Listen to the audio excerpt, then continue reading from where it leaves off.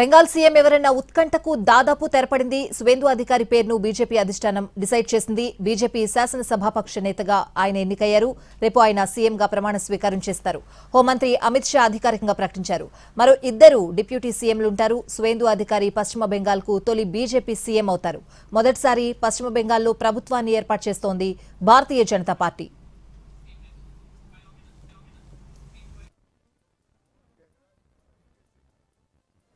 भय में परिवर्तित किया।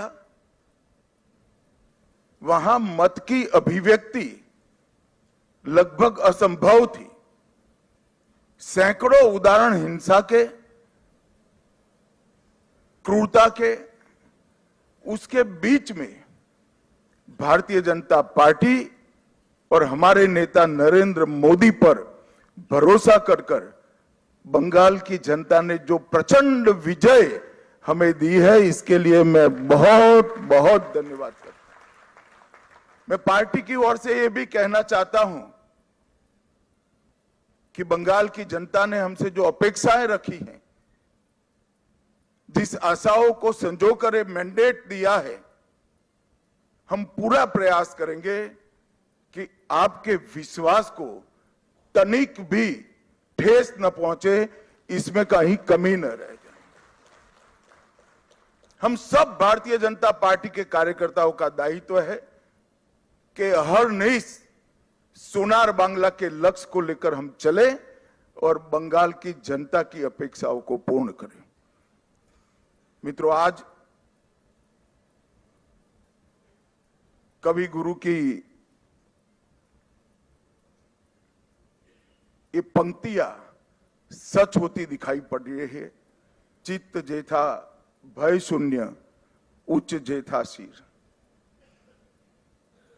जहां मन भय मुक्त हो और सिर गर्व से ऊंचा हो, ऐसे बंगाल का रास्ता आज प्रशस्त हो चुका है और बंगाल उस रास्ते पे चल। 5 दशक का लंबा समय लोकतंत्र की दृष्टि से, कानून और व्यवस्था की दृष्टि से, बंगाल के अर्थतंत्र के ह्रास की दृष्टि से और बंगाल के विकास में शून्य गति, नेगेटिव गति देने की दृष्टि से बंगाल के लिए एक दुस्वप्न जैसा हुआ है। और हम सबका दायित्व है कि मोदी जी ने जो वादा दिया है बंगाल की जनता को, इसको पूरा करने के लिए हम हमारा सर्वश्रेष्ठ बंगाल की जनता को अर्पित करें, समर्पित करें। बंगाल की संस्कृति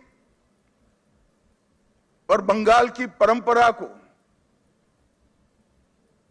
5 दशक से विदेशी विचारों से प्रभावित शासन से मुक्त कर फिर से एक बार रामकृष्ण ठाकुर, विवेकानंद, महर्षि अरविंद और कवि गुरु टैगोर की कल्पना का बंगाल बनाने की दिशा में हम आगे बढ़ें।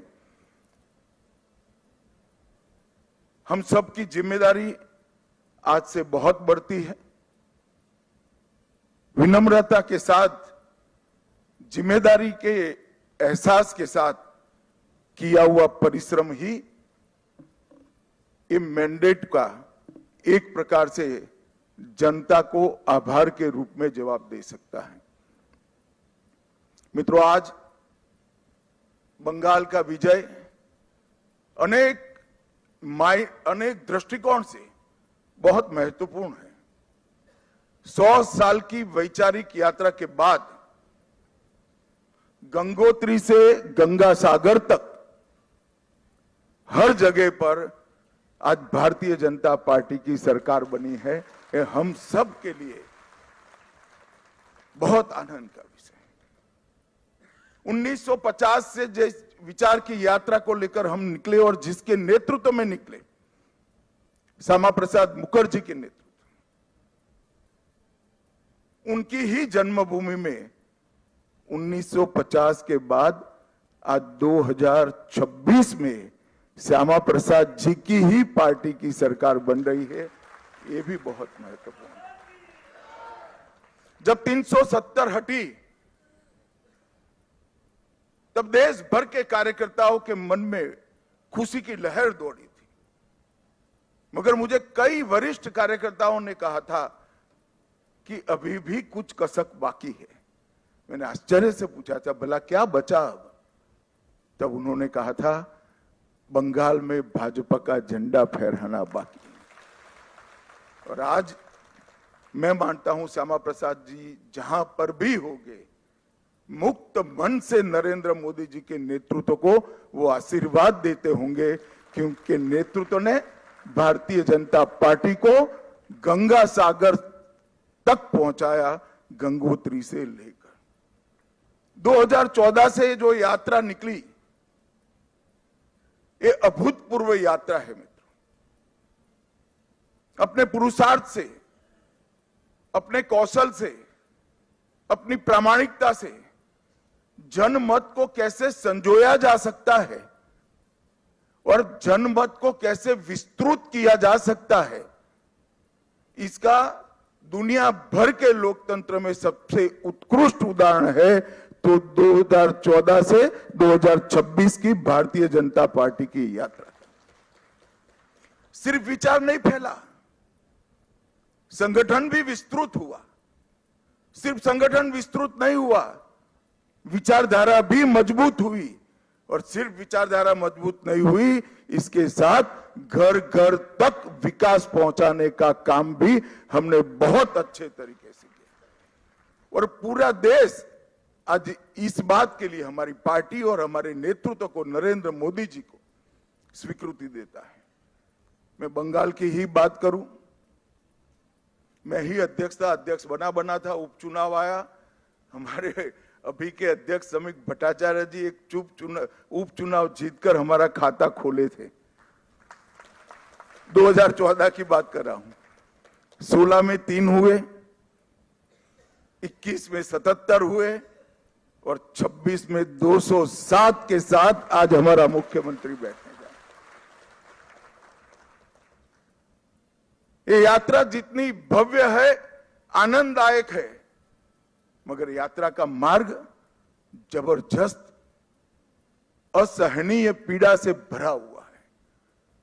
मैं आज भूल नहीं सकता कि 321 भारतीय जनता पार्टी के देवतुल्य कार्यकर्ताओं ने अपनी जान इस जीत के लिए गंवाई है, विचार के लिए गंवाई। मैं देश भर में घूमा हूं पार्टी के अध्यक्ष के नाते। केरल और बंगाल, इसके अलावे कहीं पर इस प्रकार की क्रूर हिंसा का नग्न तांडव मैंने नहीं देखा है। पहले कम्युनिस्टों ने और फिर टीएमसी ने।